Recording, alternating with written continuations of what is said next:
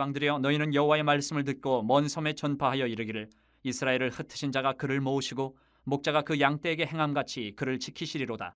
여호와께서 야곱을 구원하시되 그들보다 강한 자의 손에서 속량하셨으니 그들이 와서 시온의 높은 곳에서 찬송하며 여호와의 복 곧 곡식과 새 포도주와 기름과 어린 양의 떼와 소의 떼를 얻고 크게 기뻐하리라. 그 심령은 물된 동산 같겠고 다시는 근심이 없으리로다 할지어다. 그때 처녀는 춤추며 즐거워하겠고 청년과 노인은 함께 즐거워하리니 내가 그들의 슬픔을 돌려서 즐겁게 하며 그들을 위로하여 그들의 근심으로부터 기쁨을 얻게 할 것임이라. 내가 기름으로 제사장들의 마음을 흡족하게 하며 내 복으로 내 백성을 만족하게 하리라. 여호와의 말씀이니라.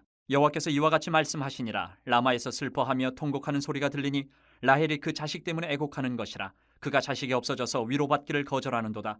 여호와께서 이와 같이 말씀하시니라. 내 울음소리와 내 눈물을 멈추어라. 내일에 삭슬 받을 것인즉 그들이 그의 대적의 땅에서 돌아오리라. 여호와의 말씀이니라. 너의 장래에 소망이 있을 것이라. 너의 자녀가 자기들의 지경으로 돌아오리라. 여호와의 말씀이니라. 에브라임이 스스로 탄식함을 내가 분명히 들었노니 주께서 나를 징벌하심에 멍에에 익숙하지 못한 송아지 같은 내가 징벌을 받았나이다. 주는 나의 하나님 여호와이시니 나를 이끌어 돌이키소서. 그리하시면 내가 돌아오겠나이다. 내가 돌이킨 후에 뉘우쳤고 내가 교훈을 받은 후에 내 볼기를 쳤사오니 이는 어렸을 때의 치욕을 짐으로 부끄럽고 욕됨이니이다 하도다.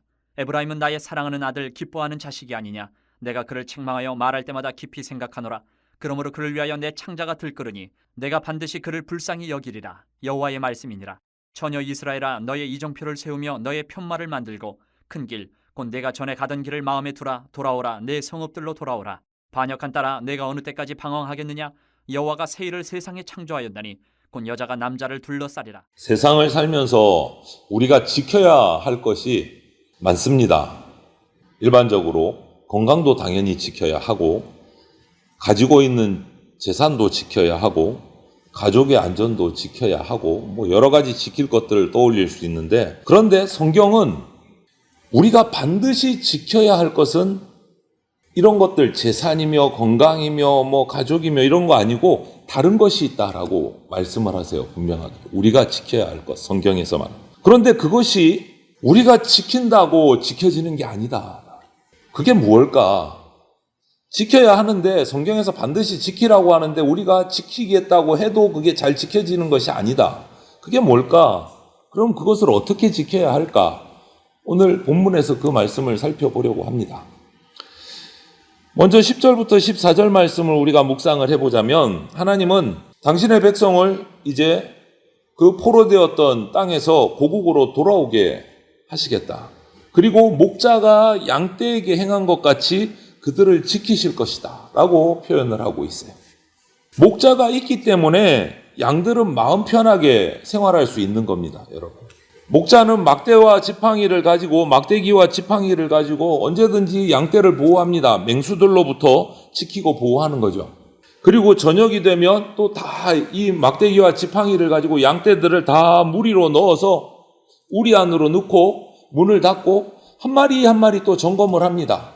한 마리 한 마리.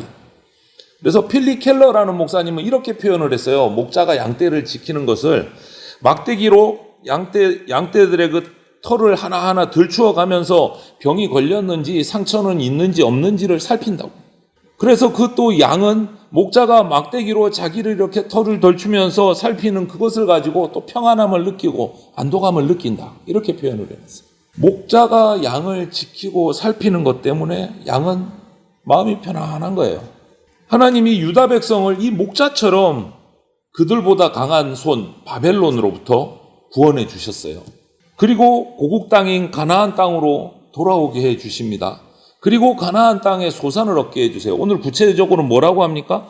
곡식과 새 포도주와 기름과 양과 소떼를 얻게 해 줄 것이다. 그리고 심령의 기쁨을 얻게 해 주신다. 그것을 12절에는 이렇게 표현합니다. 그 심령이 물된 동산같이 된다. 이렇게 묘사를 해요. 진짜. 심령이 물된 동산같이 된다. 이 말은 마음에 근심이 없이 최상의 평안을 누리는 거예요. 최상의 평안을 누리는 거예요. 이렇게 말씀으로, 복된 말씀으로 우리 자녀들에게 하나님은 외적인 몸만 주시는 분이 아니고 마음에도 복을 부어주시는 분이다. 마음이 편안해야 돼요. 우리는 마음에 즐거움이 있어야 됩니다. 하나님은 이 외적 내적 모든 복을 부어주시는 분입니다. 그래서 우리는 요한복음 10장 4절에서 보는 것처럼 도착하는 데까지 어려움이 있고 난관이 있더라도 목자이신 주님의 음성을 듣고 따라가기만 하면 물된 동산 같은 정말 주님의 목장에 도착할 수 있다. 주의 그 복된 말씀을 따라가야 된다. 그리고 15절부터 17절을 보면 이렇게 표현합니다. 라마에서 라헬이 애곡을 한다. 이런 표현이 있는데 라헬이 애곡하는 것처럼 유다의 모든 어머니들이 슬퍼하며 통곡하는 소리가 들린다. 여러분, 라헬이라는 인물의 그 상징성은 이렇습니다. 야곱이 깊이 사랑했던 아내이자 이스라엘의 어머니라고 표현이 돼요. 라헬은 그런 상징성이 있어요. 그런 라헬이 잃어버린 자식으로 인해서 통곡을 하고 있는 것처럼 바벨론으로 끌려간 자식의 어머니들이, 이스라엘의 어머니들이 애곡하고 있는 거예요. 이스라엘의 어머니 라헬이 운다, 통곡한다, 눈물을 흘린다. 이 말은 유대의 모든 어머니들이 통곡하고 운다라는 의미예요. 그런데 16절을 보니까 하나님께서 그런 눈물, 그런 울음 이제 그만 멈추라 라고, 그치라 이렇게 말씀하세요. 왜요? 자식들이 이제 고향 땅으로 돌아올 것이기 때문에. 이제 그만 울어라. 말씀대로 돌아올 것이다. 70년이라는 기한이 찼기 때문에, 하나님이 말씀하신 그 때가 되었기 때문에 돌아올 것이다. 그만 울라 말씀하시는, 위로하시는 거예요. 위로.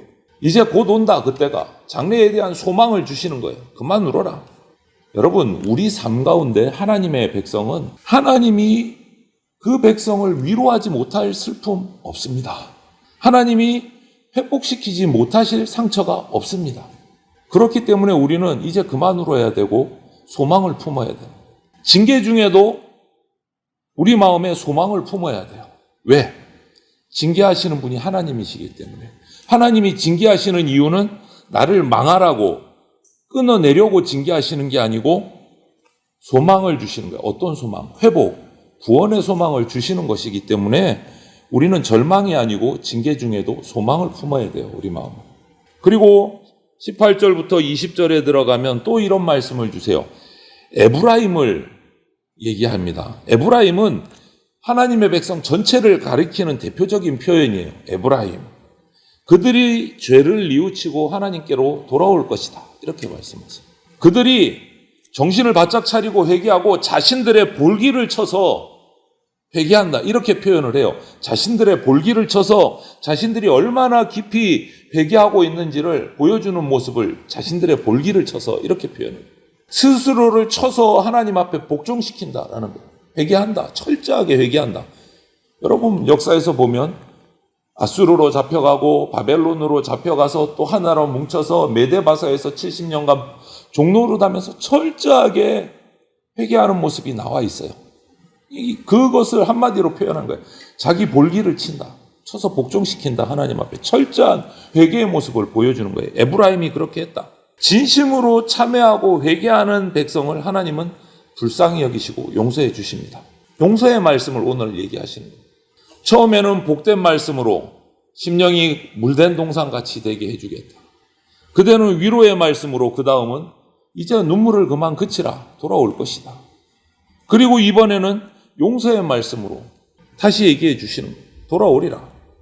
우리를 향한 하나님의 마음은요, 자식의 잘못을 정말 꾸짖으면서 회초리를 때리면서도 자식 걱정에 정말 애태우는 부모님의 마음, 딱 그 마음이에요. 그러므로 우리는, 하나님의 백성된, 자녀된 우리는 죄에 대한 우리의 마땅한 반응은 변명 아닙니다. 자기 합리화 어쩔 수 없었어요. 그럴 수밖에 없었어요. 그거 아닙니다. 하나님의 자녀로서 죄에 대한 반응은 오늘 이 에브라임과 같은 철저한 진정한 회개예요. 진정한 회개. 우리 소요리 문답에서도 공부했지만 진정한 회개는 자복하고 잘못을 인정하고 그것이 회개의 끝이 아니에요. 거기서 한 걸음 더 나아가서 하나님의 말씀에 순종하는 것까지 나가는 것이 회개의 완성이에요. 회개의 완성. 우리가 이렇게 회개하면 하나님께서는 우리 죄를 사하고 우리 죄를 깨끗게 하십니다. 요한일서 1장 9절에 약속하신 것처럼 그렇게 깨끗하게 죄를 사해 주세요. 그리고 나서 어떤 일이 일어나느냐? 그렇게 되면 그것이 21절, 22절 말씀이에요. 하나님께서 새 일을 이루시겠다 약속을. 이 새 일이 뭘까?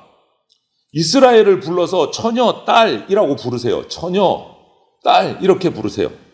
그들을 성읍으로 돌아오게 하시고 그들의 방황을 끝낼 새 일을 창조하셨다 이렇게 표현해요. 21절 22절에.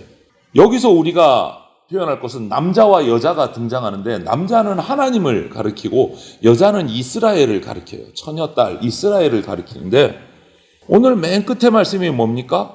곧 여자가 남자를 둘러싸리라 이렇게 돼 있어요. 이 말이 뭐냐? 지금까지는 하나님께서 남자가 여자인 이스라엘을 쫓아다니면서 돌아와라, 회개해라, 다시 나와 사랑하자, 회복하자 이렇게 남자가 여자를 쫓아다녔는데 새 일은 어떤 일이느냐? 바뀌는 거예요. 여자인 이스라엘이 남자인 하나님 앞에 나와서 안고 사랑을 고백하고 온전히 사랑하게 된다. 이게 새 일이다. 여자가 남자를 둘러싸리라. 흠모할 수밖에 없는 하나님에 대한 사랑을 깨닫는 거예요. 이스라엘이. 하나님의 부름을 받은 자가 하나님에 대한 사랑을 이제 깨닫고 철저하게 하나님 앞에 나와서 전심으로 하나님을 사랑하고 하나님과 함께 되는 것. 이것을 하나님은 오늘 본문에서 새 일이다라고 표현하세요. 새 일. 지금까지 그런 일이 없었던 거예요. 계속 하나님이 따라다니면서 너 나 따라와. 나한테 돌아와야 돼. 제발 나한테 돌아와. 회초리를 때리면서도 나한테 돌아와. 나하고 같이 있어야 돼. 이것이 옛날 일이었어요. 하나님이 이스라엘 백성을 부르셨어요. 선지자들을 꾸준히 보내면서. 그런데 이제 그것이 역전이 돼서 새 일이 이루어질 것이다. 이스라엘이 하나님 앞에 나와서 하나님 사랑해요. 하나님 따라다닐래요. 하나님하고 같이 살고 싶어요. 이렇게 된다. 여러분, 오늘 말씀에서 우리 지켜야 될 것은 뭐냐? 가장 중요한 것은 우리의 마음입니다. 우리의 마음. 우리가 지켜야 할 것은 가장 중요한 것은 우리 마음을 지켜야 돼요. 잠언 저자는 솔로몬은 4장 23절에 마음에서 생명의 근원이 난다. 마음을 지켜야 된다. 이렇게 얘기했어요. 마음이 무너지면요, 다른 복이 아무리 많아도 불행한 사람 됩니다. 마음을 지키지 못하면 재벌이 돼도 불안해요. 마음을 지키지 못하면. 그런데 마음이 평안하면 다른 사람이 보기에는 부족한 것 같고 좀 힘들 것 같은데 평안해요. 마음이 평안하면. 그래서 마음을 지키는 것이 가장 중요하다 말씀하시는. 그 마음은 누가 지키느냐? 여러분 한번 지켜보셨어요? 여러분의 마음이 여러분이 지키겠다고 지켜지든가요? 아니요. 성경은 그 마음은 하나님이 지켜주셔야 지킬 수 있다. 하나님이 지켜주셔야. 하나님이 우리 마음을 지켜주십니다. 우리 심령을, 우리 마음을 물된 동산 같게 만들어 주십니다. 우리는 그분 안에 거하기만 하는데요. 그럴 때 우리 마음이 물된 동산같이, 심령이 물된 동산같이 평안해지는 거예요. 그 방법이 뭐냐?